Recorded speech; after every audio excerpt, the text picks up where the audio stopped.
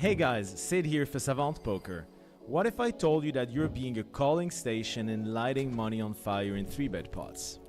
Playing as the out-of-position pre-flop caller in a 3-bet pot is one of the most uncomfortable situations we get to play in poker.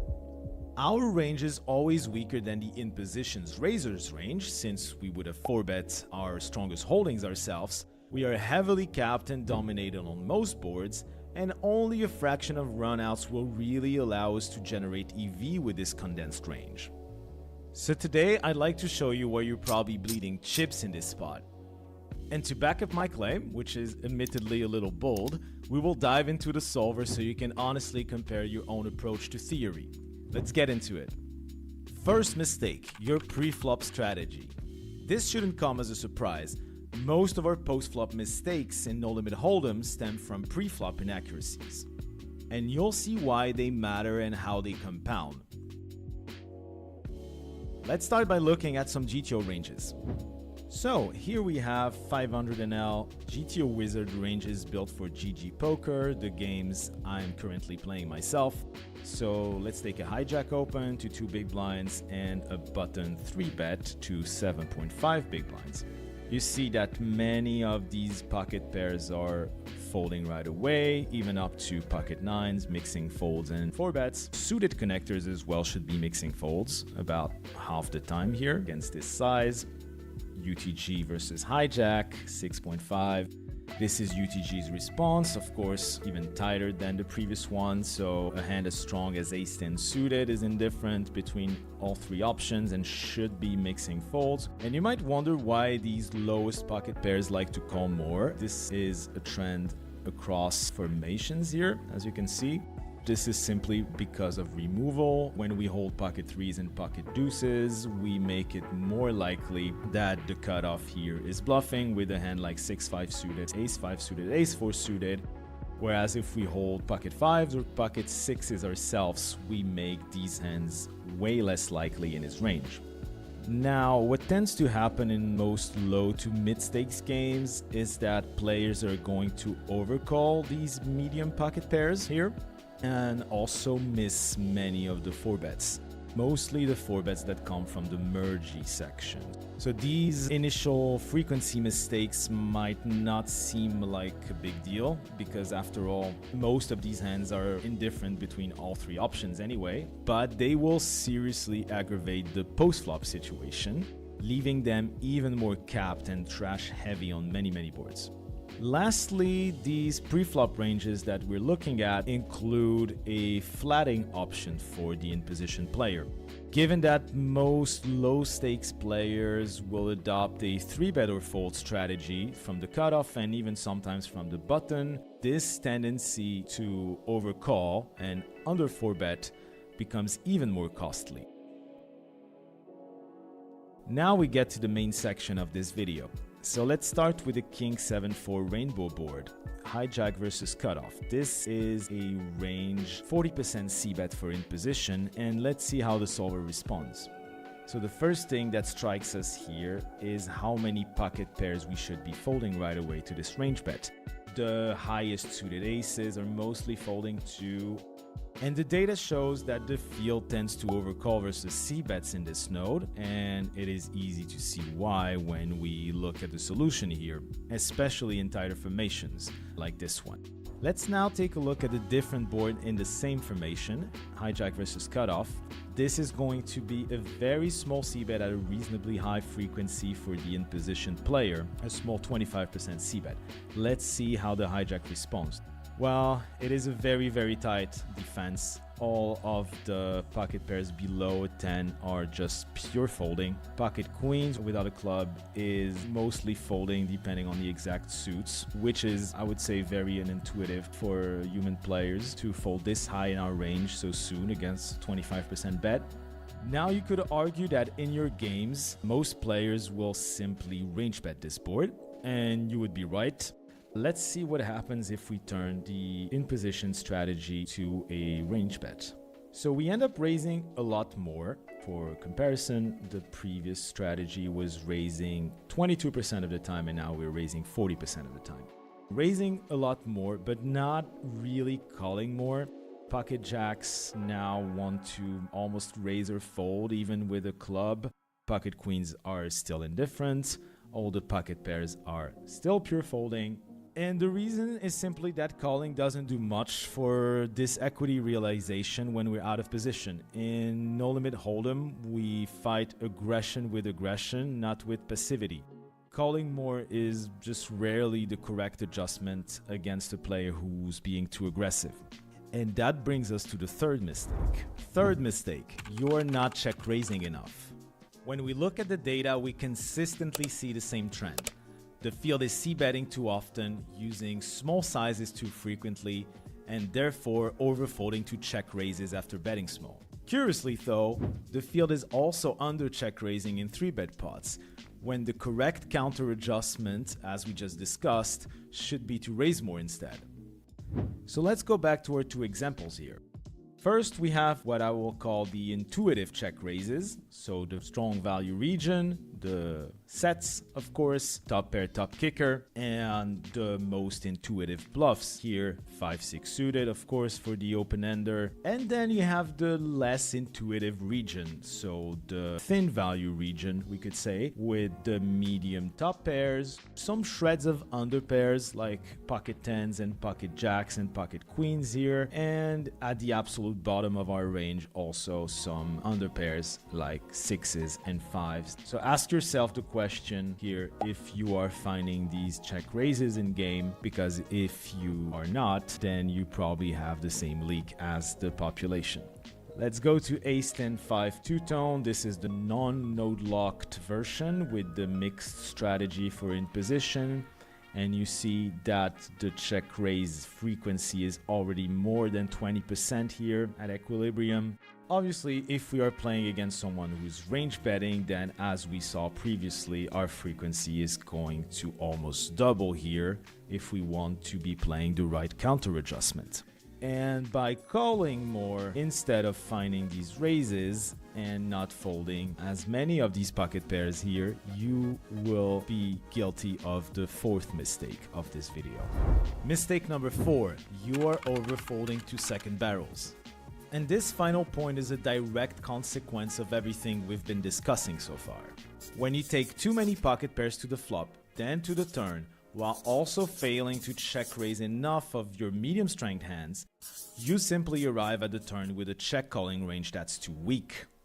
As a result, you will naturally be forced to overfold on most runouts. Let's quickly go back to our two examples.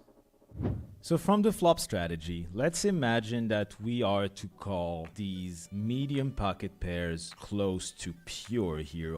Now we get to the turn bricks, it's a deuce of spades, and in position is going to barrel very aggressively on this amazing board for him. Now, as hijack, instead of having pocket 10s around half the time, pocket 9s about 20% of the time, and pocket 8s almost never, we will find ourselves with these hands at a much higher frequency. Instead of folding 40% of the time here to the second barrel, we would naturally see a folding frequency of 45, maybe even 50%, depending on how wide we call the flop. Now let's look at Ace-10-5, and it's exactly the same issue. Obviously, we call and the turn brings a 7. In position is going to barrel for a pot size bet here, polarizing heavily after betting small on the flop. This is what usually happens. Here, of course, facing such a large polarized bet, we are not interested in continuing our worst flop defenses. However, we already should not have them very often. The point here is that you are over-investing too often on the flop with hands that are not able to realize their equity enough and are going to face future aggression that they cannot handle. So instead of losing a pot that is 14.5 big blinds on the flop, we end up losing a pot of 21.7 big blinds way too often because we simply call too wide on the flop. Alright, I hope this was useful, guys. 3-bet pots are fascinating and almost feel like a game within the game with countless nuances and subtleties. If you think you're guilty of some of the mistakes we've discussed, check out savantpoker.com with the link below. You will find full courses on the subject, along with plenty of handcrafted drill packs designed to help you practice these spots efficiently. Let me know in the comments if this video was helpful. That's it for me today. Take care, everyone.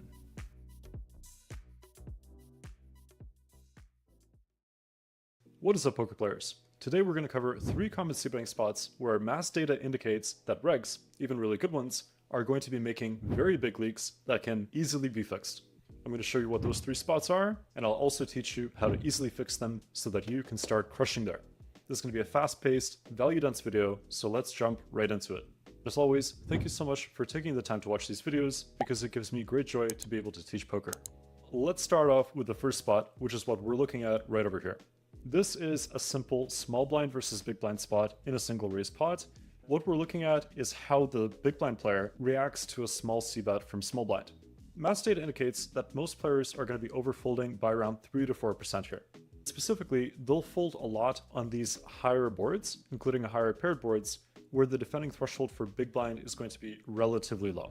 If we very quickly jump into the solution for the spot, you'll see that hands like Jack 3 of clubs are going to be 0 EV calls. And as we just saw, most players are going to fold them a little bit too often. But even if you study the game for a little bit longer, you might not necessarily know that this is going to be one of those spots in poker where it's actually better to call wider than the solver suggests. The solver is going to be folding hands like 9-4 of clubs, but these are hands that can actually be turned into overcalls given the mistakes that players are going to be making later on. Using our free bluffing tool, which you can get by following the link down below, you'll actually see that as the SRP OOP PFR, which is going to be small blind in single raise pots, regs are going to be overfolding by quite a bit in their bet check check fold node. According to legend, there is a medium overfold, and the number 4 indicates that around 80% of regs are going to be making this mistake, so it's quite universal. This is the node that occurs if big blind calls on the flop, both players check on the turn, small blind again checks on the river, and then hero is going to have the opportunity to make a bluff. A big reason why players are overfolding there is because they kind of cap themselves when they check twice in a row. Those 2 checks are going to be on the turn and on the river, and also because the defending threshold is naturally going to be very low and very difficult for small blind to find because ranges are so wide in this blind versus blind configuration. Because there's that incentive of getting into the spot where you can make such a good bluff, it's better for big blind to overcall with hands like Jack 3, as well as those slightly negative EV calls like 9-4 of clubs. But if you're a bit more of an advanced player, you might be wondering to yourself, okay, even though there's this wonderful bluffing opportunity on the river, it seems kind of difficult that we'd actually get the opportunity to make that river bluff.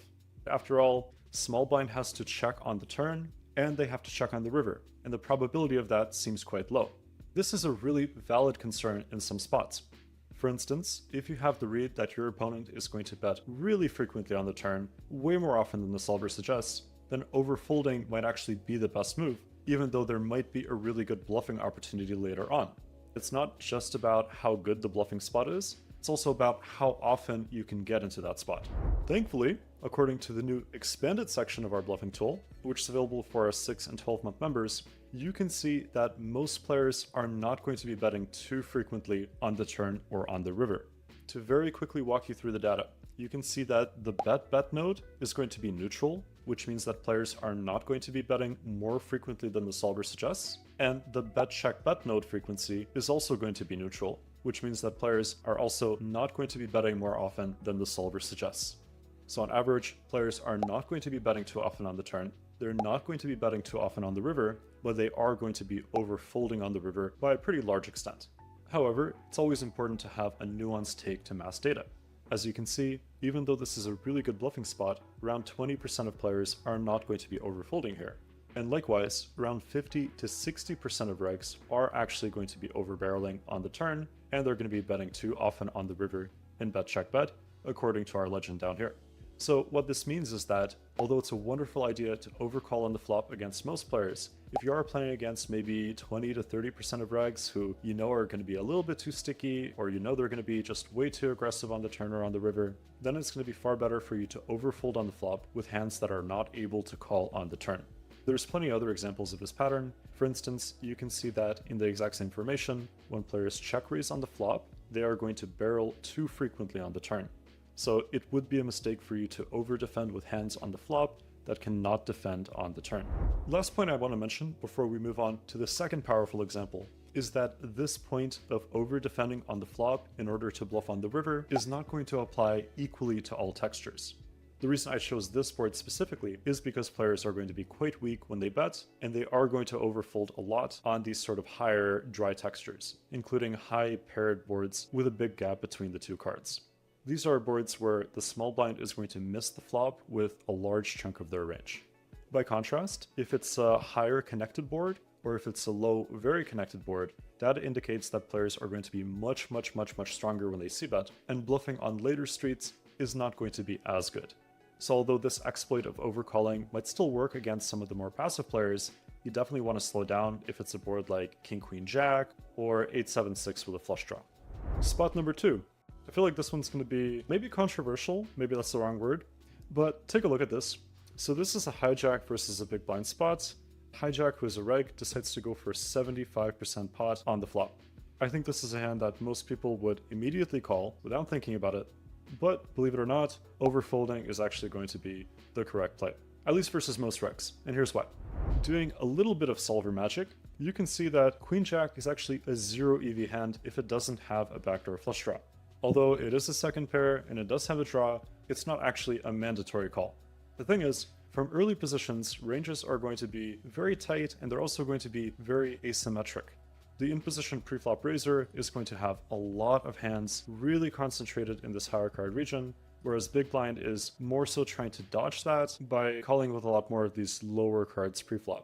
So they're going to be at a very big disadvantage on these higher flops.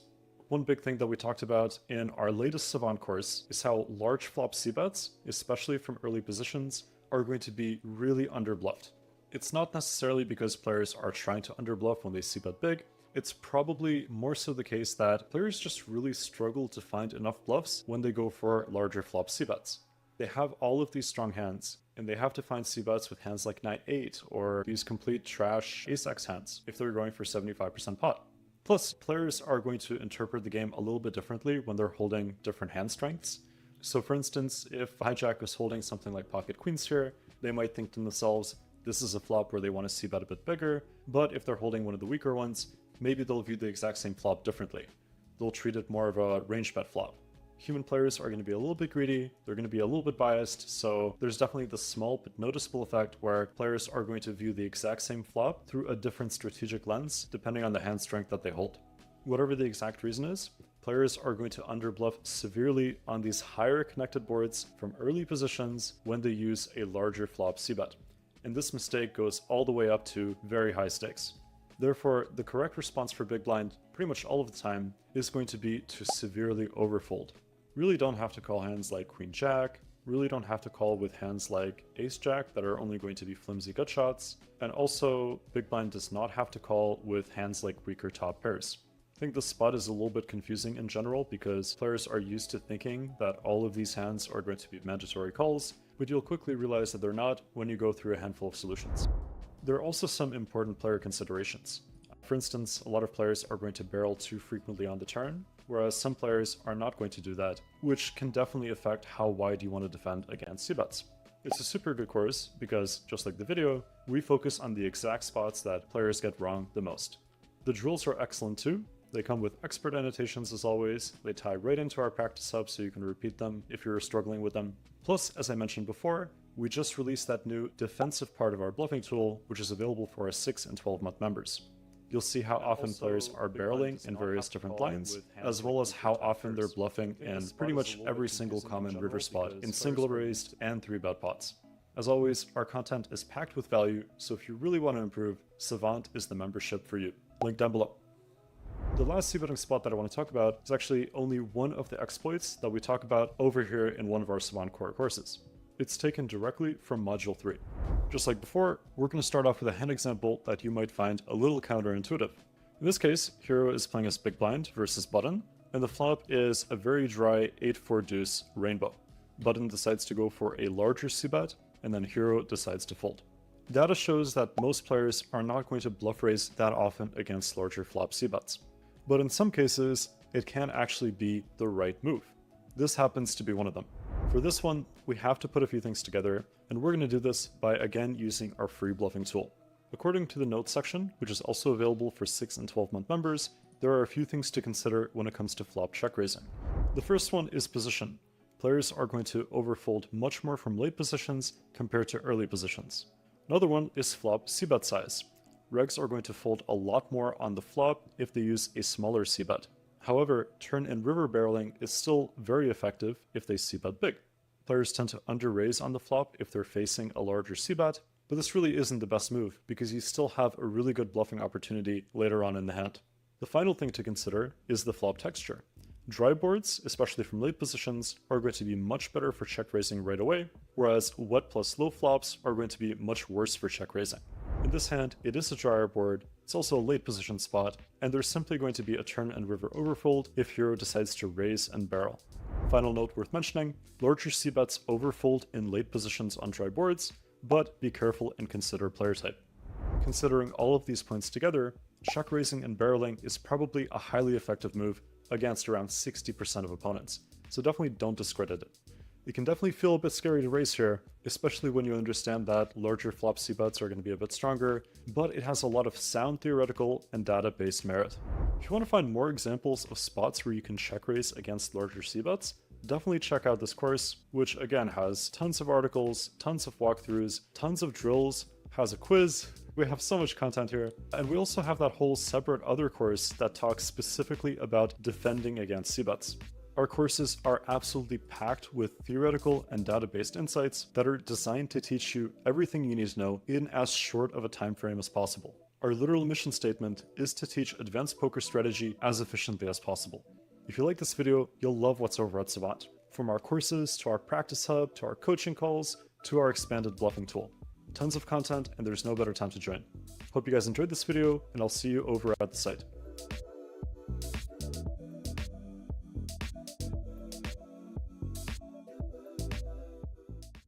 Put yourself in the following scenario. You're playing as big blind, and cutoff makes this giant c-bet on this monotone flop. What range do you think they represent?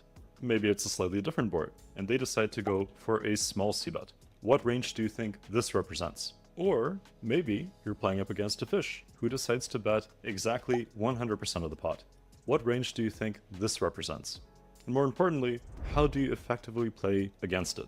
We are going to answer all of that in today's video, which is going to cover some interesting data as well as some poker theory. And like all of our videos, both of them are going to come together to give you a prescriptive, useful strategy that you can start applying. My name is Gleb. There are a lot of difficult things about running a business, but being able to teach advanced poker is the #1 reason why I do it. So thank you for taking the time to watch this video and learn some poker today. So going back to these two hands, the reason why I chose them specifically is because these are common scenarios that I think a lot of people struggle with. I think this big pot size bet in particular is pretty common to encounter. A lot of people end up wondering, how wide should I defend against them? Like King 5 is obviously a defend, but if this player was holding something like a weaker 5x, it's not super clear. And honestly, the exact same thing goes for this big bet on this monotone board. In most cases, I think players would just default to overfolding here, which is definitely the right move. Then again, you're kind of stuck in this weird middle ground where even if you feel like this size is going to be too strong by the population, the fact that this player is going to be a bit more aggressive puts you in a really difficult spot if you're holding something like a weaker top pair. That's where the data comes in, because the data paints a beautiful picture of exactly what's happening in all of these uncomfortable spots. I've taken the time to research everything, process everything, and I'm actually going to teach you that plus some theory today. Before we get into it, just to give you guys a little bit of a dopamine hit, I'll show how the hand plays out. So this player ends up checking on the turn, this player checks on the river, and they check back, holding just complete junk. That's not my hand, but I guess what happened here is that this player is trying to apply max pressure on the flop before giving up because they're assuming that hero just has way too strong of a range. I can't help but feel like a river bluff would be pretty good by cutoff though, so maybe you guys can let me know in the comments if that's a move that you would make. Okay, so here is the data as promised. We're going to look at it in 3 parts. We're going to look at regs in single raise pots, before we take a look at regs in 3-bet pots, before we take a look at fish only in single raise pots, because they don't really 3-bet all that much. Right now, we're looking at SRP, IPPFR, and OOPPFR. These ones over here just indicate the size that they use on the flop, and this S, M, or L show how much stronger they are compared to theory. We also do have this divided into separate columns. The columns simply measure regs by how aggressive they are. So this is going to be roughly the 1/3 of the most passive regs. This is going to be the 1/3 that are in the middle, and then this is going to be the 1/3 of the most aggressive regs. Last thing to note is that the S actually means that they're only a little bit too strong, or they're very close to the solver frequency. It might be within a 1% underbluff, or something to that extent. Medium means they're going to be substantially stronger for that size compared to the solver, and large means they're going to be very strong compared to the solver whenever they bet that big. So for example, the 1/3 of the most passive regs are going to be severely underbluffing when they go for a large c-bet as the SRP IPPFR. With that out of the way, let's get to the good stuff, which are the actual patterns from this data. And right away, there are a few very interesting things happening here. First and foremost, you can see that on average, bigger bets are going to be underbluffed. So large flop c-bets, around 75% pot, are going to be substantially stronger than smaller c-bets, which are around 30% pot. And the same thing is going to be true when they are the SRP OOPPFR, which is going to be when they're playing a small blind against a big blind caller. I think that part is pretty obvious if you've been playing the game for at least a little bit of time. Everybody generally knows that larger c-bets are going to be underbluffed, but I guess the biggest thing that people find surprising about this is that even the most aggressive regs are going to be underbluffing compared to the solver when they're using larger flop c-bets. For a lot of players, they might expect that aggressive regulars are going to be bluffing a lot more than this data suggests. According to these charts, even the 1/3 of the most aggressive regulars are going to be significantly underbluffing whenever they bet anything bigger than around 30% pot on the flop. This ties into a bit of a mass data secret for you guys, which is the fact that aggressive regulars only start to overbluff on turns and rivers. Obviously, there's going to be some individuals who are playing like the guy did in that hand that we saw where they're bluffing a lot on the flop and then they're just checking to give up, but that doesn't represent the overall trend. The overall trend is that even aggressive regulars are going to be underbluffing on the flop, and they will start to overbluff on the turn and on the river. So, with that in mind, let's talk about how we might actually want to play on the flop if we're in this exact same spot.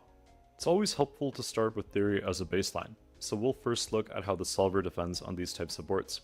Solver's defending range is naturally going to be pretty narrow on monotone flops, especially if it's going to be on a higher board in something like cutoff versus big blind compared to button versus big blind. We'd defend a little bit wider if it was button versus big blind. Despite this, you can see that solver actually does not really fold too many pairs if they have a flush draw. So even something like pocket deuces is actually a good defend in theory, strong enough to call. Second pairs, on the other hand, are going to be mostly too weak to call, with the exception of some ace-10, and there's also going to be a lot of top pairs defending. Solver prefers to call with the ones that have a lower kicker, because more of cutoff's bluffs should be located in this higher card region. It's actually a really common pattern you're going to see in a lot of big blind defense spots, and honestly in 3-bet pots too. The player who's making the aggressive action pre-flop is just going to have a range that is much more condensed towards these higher cards, so most of their bluffs are going to come from there. In practice, here's how we might actually want to defend, given a few additional considerations that we haven't talked about just yet.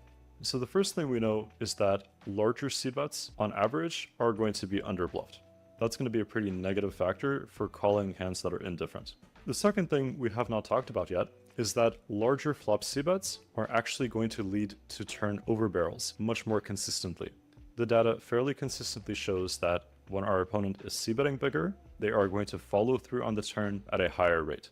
That's going to be another negative factor for calling hands that can't sustain a second barrel. And the third consideration is that if we do actually call and then our opponent checks on the turn, we're not going to have a terrific bluffing opportunity. If you're a bit newer to the channel, just bear with me, but I've spent a lot of time talking about this exploit where our opponent c-bets on the flop, then they check on the turn, and then they fold on the river. This would be our check call, check bet line as the out of position player. This works really, really well in single raise spots.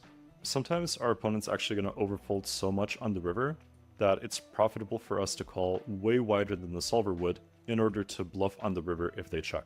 But here, because our opponent is not going to be checking as often when they c-bet big, and because they're not going to be folding as much as they would if they were to c-bet smaller, this actually gives us yet another very negative factor for calling on the flop. To summarize these very quickly, number one, they are going to be underbluffing when they bet big. Number 2, they are going to be barreling much more often on the turn when they bet big. And number 3, they are not going to fold as much in bet check fold as they would if they were to c-bet smaller. Putting all of this together, even if our opponent is a bit more aggressive, it's just never going to be a fantastic idea for us to call a hand like King 5 or King 4. In this situation, unless you know you're going to be playing against this player over and over and over, it's better to take the hard exploit route and never call for balance. Sometimes it's okay to call weak hands just so that you preserve your table image, but I think all of these things put together, it's such a bad calling spot that you probably only want to call with hands that are very clearly plus EV. Here is exactly what that would look like. I simply node-locked cutoff to severely underbluff, and the solution now leaves us calling only the best hands. Flushes are obviously way too strong to fold, same thing with sets and 2 pairs, I think that's pretty intuitive. But now, top pairs and second pairs are primarily only calling if they also have a flush draw. The solver leaves in a little bit of residual King-Jack and King-6 or whatever, just for balance purposes, but really we can eliminate those given all of those considerations, and only call if we're holding some sort of flush draw. I think that's also a very intuitive way to play. Draws can be a little bit tricky sometimes though, so let's also take a quick look at those. You'll see that we're actually calling with all of our ace-high flush draws, but we are folding our open-ended straight draws if they don't also have a flush draw. Let's take a look at the very final piece of the puzzle, which are going to be the underpairs. Clearly, there is no reason to call with pocket 2s or pocket 3s, even if they have a diamond. Hands like pocket 5s and pocket 6s are also very close to indifference, but I guess at this point you can start calling the pairs that have a flush draw. Although, to be honest, just intuitively speaking, pocket 7s and pocket 8s are probably going to intuitively feel a little bit too weak to call, given all of these negative factors. But that is not to say that you should never call with weaker top pairs if you are facing the c-bet. One of the things you always have to consider with mass data analysis is that it's going to pool a lot of individual players together, and individual players are going to vary a lot between each other in terms of playstyle. Although on average, players are not going to bluff enough and they will barrel too often when they use a larger flop c-bet, there are going to be some players who have the strategy of bluffing once and then checking back until the river. That's why it's really important to understand the individual tendencies of the players you're playing against. It captures nuances that mass data cannot. But if you're not sure, that's when you have mass data. It's something you can fall back on when you're not sure. In many instances, it can leave you quite vulnerable to counter exploitation if you do play this way though, especially if your opponents are more perceptive than you. Generally speaking, just be careful and don't over-rely on mass data analysis too much, and just do your best to be as perceptive of the specific player you're playing against versus always falling back on mass data trends. Next up, let's take a look at how the data changes in 3-bet pots. Overall, things look pretty similar. Regs are still going to be much stronger on average when they c-bet a bit bigger, and the 30% of the most passive regs are going to be a lot stronger than the middle regs or the 30% of the most aggressive players. But again, you can see that on average, players are going to be under-bluffing compared to the solver for basically every single sizing. Generally speaking, the same stuff we talked about from single raise pots will apply to 3-bet pots as well. But there are a few unique considerations that are specific to 3-bet pots, and knowing them will absolutely help you play better there. If you want to watch a video that breaks those considerations down and teaches you some really good strategy for defending in 3-bet pots, follow the link down below to check out the free video that I just posted about that on our website. By checking that video out, not only do you learn some very valuable poker theory, but you also help support me so that I can make more of these advanced breakdowns. The video is quick, it's practical, and most importantly, it's free. So follow the link down below to get it for now or for later. What I want to do with the rest of this video is tackle the fish data, because I think the fish data is especially interesting. Did the exact same thing here for single raised pots, where we divided the third of the most passive fish, the third that's in the middle, and the third of the most aggressive fish. All of these labels represent the exact same thing, except we also have a new green S, which means that they're going to be a little bit too weak compared to the solver. This one, I think, is really interesting, because the data shows that even fish are going to be a little bit too strong when they c-bet big. So if we go back to this hand, where the fish bets pot on the flop, I think some players might think that this size is going to be a bit overbluffed. I think it's really helpful to know that this size is less likely to be a bluff than a smaller bet. However, there are a few unique things to consider specific to fish. We'll get to those in just a quick second, but first I want to go back to the data to show you a few more patterns. Compared to regs, you can see that fish are going to vary a lot more between these columns. So there's a very, very big difference between the third of the most passive fish compared to the middle third, compared to the third that are going to be the most aggressive. It's to a greater extent than regs, who are definitely going to vary a lot, but just not to the same degree. That's kind of the crux of all of the differences that I want to talk about. Fish are notoriously going to play very different from each other, and one of the ways you can predict which one of these three categories the fish is going to fall into is based on their pre-flop stats. There's going to be some fish who have a very low PFR and maybe like a moderate VPIP of around 20%. Those are going to be like your passive nitty fish who are going to be under bluffing to a very significant degree unless they decide to c-bet small. Then you're going to have like your 30 VPIP fish with 15 PFR or so. Those are going to be playing kind of similar to regs when you actually look at the data here, where bigger bets are definitely going to be stronger, but you can still often overcall on the flop against a c-bet in order to bluff on the river in that check call check bet exploit that we talked about earlier in the video. But then you're also going to have your very aggressive fish who are going to have a very high VPIP, very high PFR, and they're just going to be bluffing a lot. Data does show that they are going to be a little bit too strong when they c-bet big on the flop, but their ranges are truly going to crumble on the turn and on the river. Especially on drier boards, aggressive fish are going to overbluff on turns and rivers. So even though they're a little bit too strong here, it still means you can overcall with your weaker pairs, calling down against their very bluff-heavy range. On the flop, the main thing you want to think about against one of these players is, am I comfortable calling down for stacks here?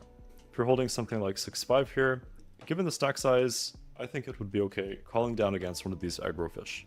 But if their stack was a bit bigger here, then honestly, I'm not so sure. Not only is that because you can expect them to follow through on the turn for another big bet very often, but you also have to keep in mind that fish are going to bet far more merged than the solver suggests. In fact, that's a really big reason why a lot of them will end up bluffing less than the solver on the flop. It's not necessarily that they don't have enough bluffs, it's also because they have a lot more thin value hands, like weaker top pairs and second pairs, that should be checking. That shifts their range a little bit away from bluffs and towards thinner value. Of course, one of the ways that you counter that is by raising against them pretty aggressively. The very final thing to keep in mind with fish is that a lot of them are going to have very specific tendencies. We talked about how much regs are going to vary from each other. Well, fish are going to vary from each other even more.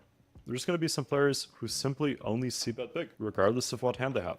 And there's going to be some fish who are pretty face up with their c-bet size, where smaller bets are going to be weaker, bigger bets are going to be much stronger. Fish don't care about balance, so you can usually pick up on these patterns very quickly.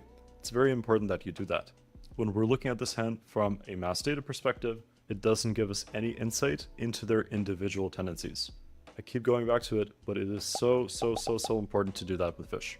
So definitely pay attention to them, but it's also kind of nice just to have the data in the back pocket to make that decision a little bit easier in the face of uncertainty.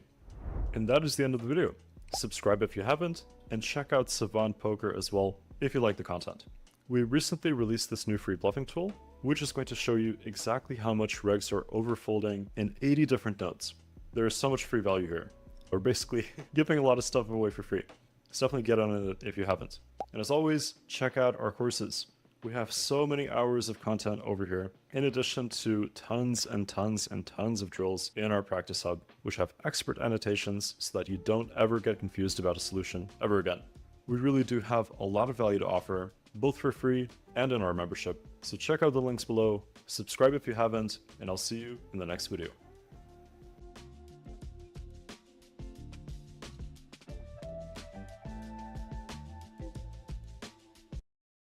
You guys really enjoyed the previous strategy video that I made about SRP IPPFR, so why not continue and do one for SRP OOPPFC? Just like before, this video is going to be jam-packed with as much strategic content as possible that's actually useful. I'm going to do my best to not overwhelm you with unnecessary information and instead give you a clear, coherent game plan for the highest EV spots. That's what we love doing over at Savant Poker. Big blind defense is obviously very important, but also it's my favorite formation. The reason why is because I think it starts off very complex since you are going to be playing out of position, ranges are often going to be pretty wide, but I also find that it's a formation where things become remarkably simple once you know what to look for.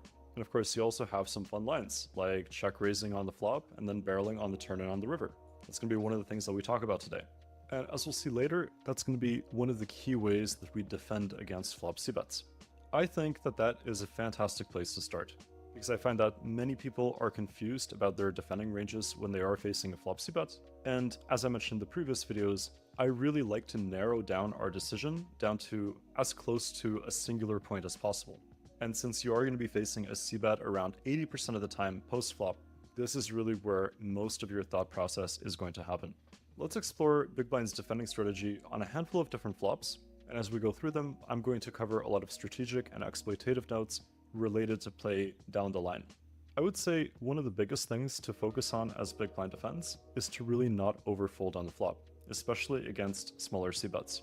The reason why I want to highlight this as a starting point is because, according to mass data, people tend to overfold on these sorts of dry textures. And as we'll talk about in depth, over-defending is going to be the best way to play. We're going to take a look at Ace 8-4. And on this board, you'll notice that Solver is actually going to be defending with a lot of these backdoor flush draws like King 7, King 6, and maybe even something as weak as 9-6. The general rule of thumb is that in late positions on pretty dry boards, it's going to be okay to defend with any decent backdoor draw. This could be a double backdoor draw, like a backdoor straight draw plus a backdoor flush draw, or just one of these backdoor flush draws that has at least a little bit of high card value. Having overcards to the second card is also going to be pretty valuable. You can see that King 9 and Queen 9 are going to be defending more often than something like King 7 or Queen 7, which is pure folding. One of the big reasons why you want to over-defend with these types of hands is because there is going to be a big overfold if you take check call check bet. This occurs after the in-position player simply checks on the turn. According to mass data, around 80% of regs are going to overfold to a medium extent if they check on the turn.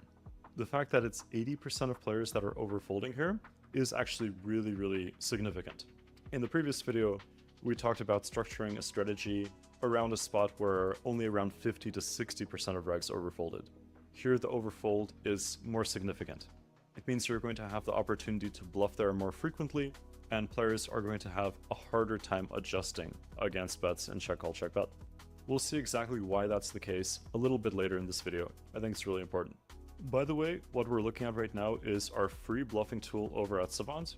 You can head to the link down below and get access to this wonderful tool absolutely for free. The second reason why you might want to over-defend with some of these hands on the flop is because a lot of players will not actually bet often enough on the turn in bet-bet. On average, regs are going to barrel roughly at the correct frequency on the turn, but this is going to vary a little bit by sub-profile. Around 50% of players are going to be a bit more aggressive, and they will bet a little bit too often here, but 50% are going to be a bit too passive, and they will actually check more frequently on the turn than they should. If they're checking more frequently, that is automatically going to gain you EV, because those hands are going to realize their equity a little bit better. But then of course, you do have the overfold in check call check bet, so both of those two mistakes actually line up very nicely for us. But of course, if your opponent happens to be one of those 50% of regs who bet a little bit too often in bet-bet, then you do want to overfold with hands that aren't able to call against the second turn bet. It's still more than fine to call with hands like Queen 4 or Jack 4 that are very plus EV on the solver. And also, you can get a little bit of a better decision if you know what type of aggressive player your opponent is, right? Like if your opponent is going to bet too often here, but they're also going to overbluff, then overcalling actually becomes quite plus EV, right? Because you can just overcall and print EV against their bluffs. But if they're barreling too often, but also underbluffing, which definitely occurs if they're just value betting really thin, right? Like maybe they're betting their top pairs way too often on the turn, then you probably want to lean towards overfolding. But honestly, those situations are pretty rare to encounter in game. As a general rule of thumb, if you're not sure, it's going to be a very good idea to overcall with these 0 EV hands on the flop. Let's move on to some other boards. This one is important to understand because this is a spot where I notice a lot of players actually lean too much in the opposite direction of overcalling. We are looking at a high connected board from early positions.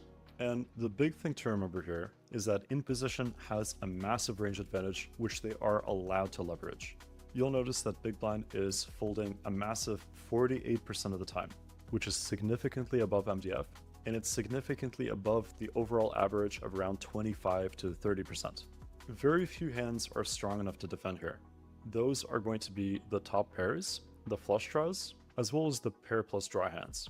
You'll notice that even something like Jack 9 is not really going to be calling. There's another interesting pattern here though, and that is the fact that solver is raising around 16% of the time against this bet. I think this is more frequent than many players might expect, and the theoretical reason for why it occurs is actually quite interesting and very helpful to know as well.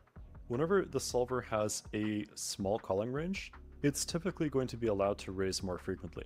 As I mentioned in the previous video, a really helpful way to understand many solutions is to think, what does the bulk of your equity want to do here? Typically, the bulk of the equity is going to prefer to call. However, because there aren't enough hands that are strong enough to call, the strongest hands in big blind's range are actually allowed to raise. They don't have to fall into the calling range in order to protect it. This is going to be one of the worst flops for check raise bluffing though. We just added a bunch of notes over to this free bluffing tool, and as you can see, one of those notes says that higher boards typically require a second or third barrel to generate an overfold. However, there's an overfold if they're dry. One of the other notes states that position matters a lot here. Regs overfold much more from late positions compared to early positions. Check raising and then barreling on the turn and on the river is going to be a pretty decent option for bluffing though, but because we have two of these negative factors, I think that you probably want to be pretty selective with who you bluff raise against on that texture. If it's a lower, drier board though, bluff raising becomes a lot better. And this is going to be one of those textures where bluff raising is naturally going to be very common in the solver. As the flop texture becomes lower and lower, you'll notice that top pairs are going to raise more often. In fact, top pairs are going to be a very significant chunk of the overall value portion of big blind's raising range. They're not going to be the main hand class if you group these ones together, but it's around half. And if the board was a bit lower, the frequency would jump up a little bit. That results in a pretty big value range, but also big blind is naturally going to be allowed to bluff a bit more often because their bluffs are going to have a bit more equity. A lot of the raises are going to come from hands like King Queen and Queen Jack and Queen 10, which have 6 outs to make a top pair. In poker, when your bluffs have more equity, you're allowed to bluff more often, because you have to account for the additional probability that you're going to make a strong hand on the turn and on the river. With that said, mass data does indicate that many players are going to over-raise with these types of hands as big blind. I can't remember if I made a video about this before or if it was in one of the Savant courses, but it's a very common mistake for people to over-raise with air hands on low flops.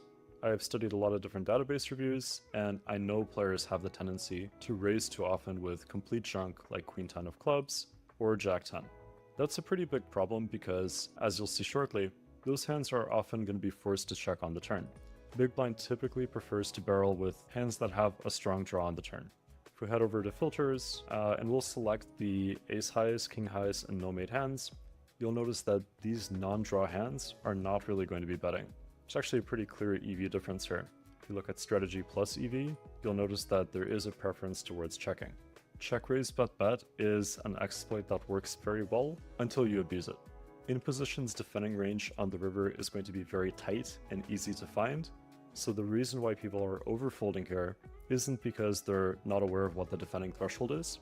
It's more so because they expect the spot to be heavily underbluffed by the population. If you develop a very aggressive table image because you are over-raising with hands like Queen 10 and Jack 10, and you're bluffing them on the turn too often and bluffing them on the river, you're just going to get snap called by pocket kings and pocket queens. Whereas if you're a little bit more selective, players will overfold those hands. A big chunk of this is me speaking from experience. For me, the biggest problem I ran into was too much aggression, and I've had to learn the lesson of self-control countless times. I encourage you to not make the same mistake. You still definitely want to over-defend on these textures, and these boards also have a low defending threshold that can sometimes be a bit difficult to find. As I mentioned, overcards are going to be pretty powerful on low dry boards, so you don't really need to have a strong draw if you also have an overcard, or maybe one overcard plus an overcard to the second card. King 7 is going to be a pure defend. If the board does get more connected, then it will be a little bit worse to defend with those types of hands. If we take a look at 9-6-5 for instance, you'll see that the solver isn't calling with as many of those weak hands anymore. Something like King 4 for instance is going to be folding here, and even some of the strongest ace highs are only defending if they also have a backdoor flush draw. It's definitely a much tighter defending threshold, but it's also one that's easier to find. And it's also going to be the case for your opponent if you decide to raise. they don't really have to make uncomfortable calls against this raise, and data does indicate that people will tend to overfold on the flop less frequently on low connected boards versus low dry boards. Low dry boards are going to be really good for flop check raising with bluffs. To quickly show you, if it is a low disconnected board, they're going to have to call with hands like King 7, King 6, Queen 6, but we didn't see those when it was 9-6-5 flush draw. Of course, on lower boards, you'll often face a larger flop c-bet, and so I think it's quite helpful to see how the solver defends against that. It's a much tighter defending threshold, and you can see the difference if we just flip between these different sizes very quickly.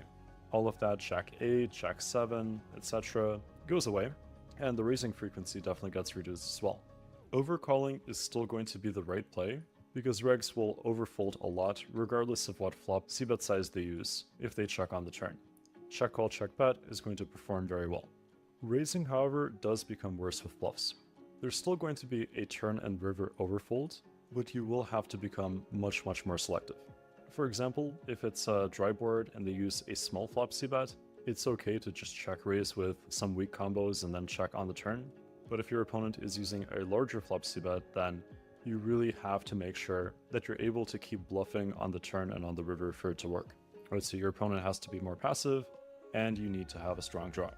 And with that said, let's finalize a practical flop defending strategy that takes both check call, check bet and check raise into account. Maybe we're facing a flop c-bet on ace-6-4. Most of the time, people are going to c-bet small. Generally speaking, check raise bet bet is going to generate a bit more EV with bluffs than check call, check bet. That's because both lines are going to generate an equal overfold, but the pot is going to be significantly larger in check raise bet bet. The difference isn't massive, however, and the other special consideration is that check raise bet bet is going to be far riskier for bluffing than check call, check bet. As I mentioned earlier, the defending threshold against check raise bet bet is going to be pretty easy to find, but as we'll see later, players are going to struggle to defend against check call, check bet for another reason. Check call, check bet is simply going to be more reliable. Therefore, it ultimately depends on the level of risk. If you think that there's somebody who you can hammer this check raise bet bet line against, and there's no risk that they're going to adjust, then by all means, go for it. But because check call, check bet is a lot safer, this is going to be the preferable option. If you're holding one of these hands like 7-5 that does prefer to check raise very often and it can clearly barrel on the turn, then I think it's good to raise with it as a part of a balanced strategy. But if you're holding something like Queen 5 of spades, simply go for the call. If you want, you can mix in some raises every now and then just so that you're trickier to play against, but unless you're playing high stakes, it's not really necessary. There's no point exposing yourself to unnecessary risk, unless that's simply how you like to play. I'd say just keep it simple though. If you do want more practice into defending against flop c-bets and maybe finding some of these trickier raises like 4-3 or ace-8, then check out Savant, because we have a lot of drills packs and we have a lot of courses that are going to help with this exact problem. At this point, between the courses, the drills packs, the bluffing tool notes, and everything else that we're working on at Savant, there is so much content, and we're doing 15% off right now, so it's a fantastic time to join. Next up, let's talk about turn and river defense. Big blind is going to call, and we'll do something like the Queen of Diamonds turn to start. Big blind is going to check, and maybe button will go for a small overbet. Let's do 125% pot. So the biggest thing to keep in mind when you're defending on the turn as big blind is how you think your opponent is going to play on the river. This is a spot where you do want to make your decision thinking through things one street ahead. The defending threshold is often going to lie somewhere around top or second pair if you are facing an overbet, and if you're facing 75% pot, then it becomes more acceptable to call with third pairs, but mostly on lower boards. Here, for instance, you'll see that 6x is not really calling all that often. Just like on the turn, around 50% of regs are going to overbarrel on the river, whereas 50% are going to check a little bit too often. And of the regs that end up overbarreling, the most aggressive ones are going to tend to overbluff, whereas the rest are going to just value bet a little bit too thin, and therefore they will end up underbluffing. Key thing to note is that bet is going to be pretty bad for bluff catching on average, so most of the time you want to overfold if you're facing a second barrel. There are a few tricky things you can do, like donk bluff on a lot of rivers, but that's really advanced and you have to know what to look for. so you can just stick to the general advice of overfolding against the turn barrel. But if your opponent tends to be a bit more passive, or you think they're going to overbluff on the river, then overcalling on the turn is going to be a good play. Texture and position are going to have a very significant impact. If it's a high board, or you're playing in early positions, then you'll want to fold more frequently on the turn. Those are both going to be very negative factors. You also do want to watch out for paired boards, especially if they pair the top card. And the final mass data consideration is that ace-high boards, whether it's an overcard or if it's an ace-high flop, are also going to be worse for bluff catching, so you'll want to fold a bit more often there. A practical way to think through the spot would consider all of these factors to varying extents. The most impactful thing to consider is always going to be player type. So the very first thing you want to think about if you're holding something like 8-6 is, will my opponent be too passive on the river, or are they going to be too aggressive? And if they're too aggressive, do I think I can call against a third barrel or not? Most of the time, your opponents are going to be somewhere in between. And that's when you can consider things like texture or position. I think texture and position are really best when they're considered together. For instance, in early positions, the preflop raiser is going to have a range that is very concentrated in the higher card region. So early position plus a high board is going to be very bad for bluff catching. But if it's a high board from late positions, then it might not be so bad. If, after considering all of this information, you truly are unsure, then you can't go wrong by just trying to mimic what the solver is doing. As I mentioned before, that usually means calling most of your top pairs, or in this case it's trips, and then the second pairs, as well as the third pairs, are going to mix depending on the texture, as well as the bet size used. Do note that the defending threshold can get a little bit low if it's a very dry board. For instance, if it's 9-6-3-6, you'll see that not only are third pairs calling very often, but even some ace highs make it into the defending range. So you see a little bit of ace jack, for instance, that is calling against 75% pot. And if the board didn't offer a flush draw, like the 6 of clubs turn instead, then the defending threshold would be even lower.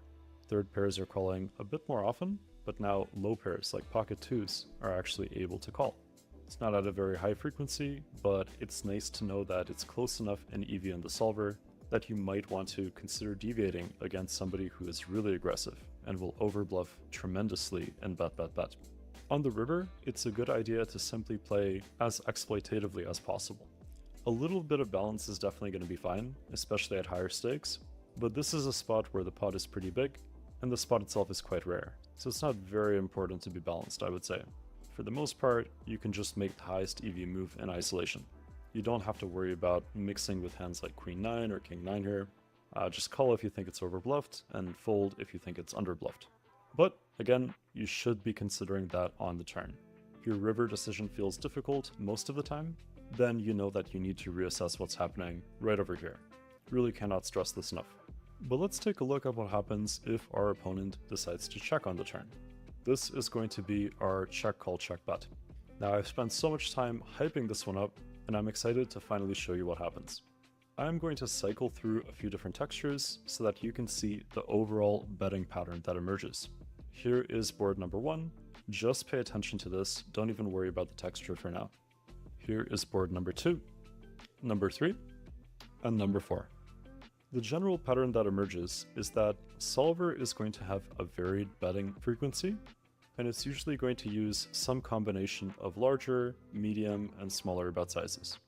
I like to call this the popsicle pattern because it kind of looks like one of those American summer popsicles with a few different flavors. You'll see this pattern emerge in all check call check bet nodes as out of position. The reason why it happens is because you have a lot of different hand strengths that are going to be calling against a flop C bet. Turns and rivers are also going to be very dynamic, so oftentimes you'll arrive at the river with a range that contains many different hand strengths. You're going to have some strong hands, you're going to have some medium strength hands, and you're going to have many weak hands. Now my previous video described why smaller bet sizes are going to be used very often as out of position, so definitely check it out if you haven't. When you're playing as big blind in the spot, likely you're not going to be able to estimate accurately what the solver strategy looks like on every single river. It just varies a lot. It's tough to get right. But if you just think roughly in terms of how many strong hands do I have here versus how many weak hands do I have here, you can at least approximate what the rough solver strategy looks like across different rivers. The reason why I'm mentioning this is because I have noticed that a lot of players will get to this spot with a bluff, and they'll just default to 75% pot. There's nothing wrong with using 75% pot with your bluffs here, but medium bet sizes are typically going to be worse for bluffing than overbets and small bets. And because those sizes are often used in theory, I think it's good to at least try to figure out what the solver strategy looks like. When you're holding a bluff, simply think to yourself, how many strong hands do I have here, and how many weak hands do I have here? If you want to get a bit more advanced from there, you can also think to yourself, does my hand have very good blockers, or does it have not so good blockers? And then you simply bluff accordingly. In practice though, most bet sizes are going to be fine to use, and blockers aren't going to matter all that much. As I mentioned, most regs are going to be overfolding in this spot, and I think the reason why is quite interesting. A big chunk of it definitely is because the average player is going to be a bit too passive and they won't like bluff catching. But I think another reason is because the defending threshold is actually quite difficult to find against this specific line. In position is going to be filtering out most of their strong hands by checking on the turn. And so they're left with a range that contains many weak pairs coming into the river. Against all bet sizes, those weak pairs are going to have to defend quite often. For example, if we bet small, button has to defend pretty much all the time with their second, third, and low pairs. Even a hand like pocket threes has to call around half the time, which is really often. Many players are simply not going to be willing to call this white. If we use a larger turn bet, like 60% pot, those hands are still going to have to defend very often. Low pairs are calling around 50% of the time, and third pairs and second pairs are calling pretty much always. There are even some ace highs that are calling against this bet.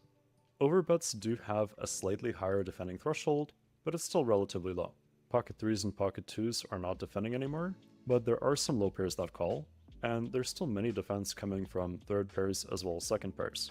Many players perceive overbets to be underbluffed, even though from mouse data perspective this is not necessarily the case, but overbets will apply a lot of pressure, and smaller overfolds against bigger bets are going to generate a lot of EV in your favor. So it's a very nice option to have, and that's a big reason why you should not default to simply 75% pot. You should bluff very often in check call check bet. Solver's bluffing frequency is going to be nearly 100% if the hand does not have a lot of showdown value. This is going to be true pretty much regardless of whatever river you get, but sometimes you will find a texture where the board is just so bad for big blind that the betting frequency is going to be very low. It's kind of a weird board that we got, but if we cycle through a few more, you can see this pattern in effect. Here's one where, again, the non-showdown value hands are bluffing always, and here's another one just for completeness. So with that said, I think you guys have all of the tools you need to properly defend this big blind. We talked about our main options against the flop c-bet, as well as how to defend against turn and river barrels, and how to fight back and check call check bet. We covered so much information, ranging from defending against c-bets and barrels, to fighting back and check raise bet and check call check bet. If you like this video, I highly encourage you to get a Savant membership. We have a dedicated course to this exact formation, which covers so many different textures, so many additional patterns, in a way that